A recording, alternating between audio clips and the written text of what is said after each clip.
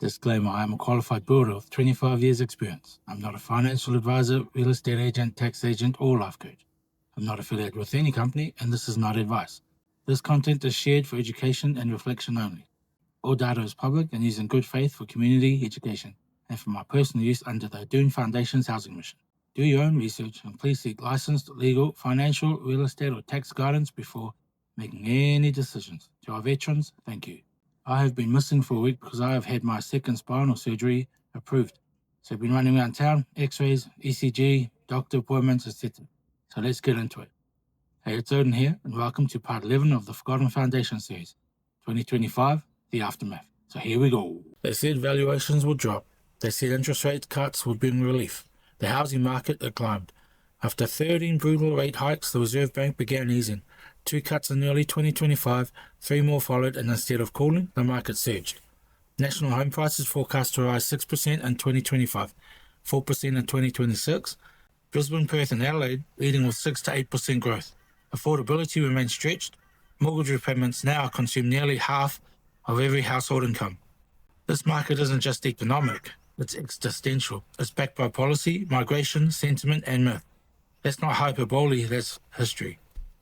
Australia's housing market is backed by government, first home buyer grants, capital gains discounts, migration incentives.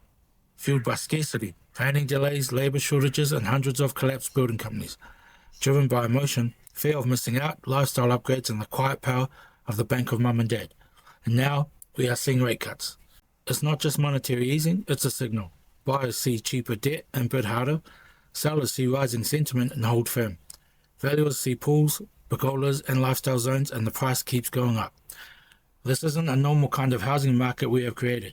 Australia has conjured a beast. Not a cycle, not a bubble. We have a beast born to challenge policy, coiled around every suburb, wrapped around every rate cut, holding everyone south of the 1% to ransom. What Australia has is the Iron Bank. It doesn't sleep and it doesn't crash.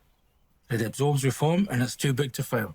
Now, as affordability worsens and generation divides deepen, we ask, who benefits from a market too sacred to fall?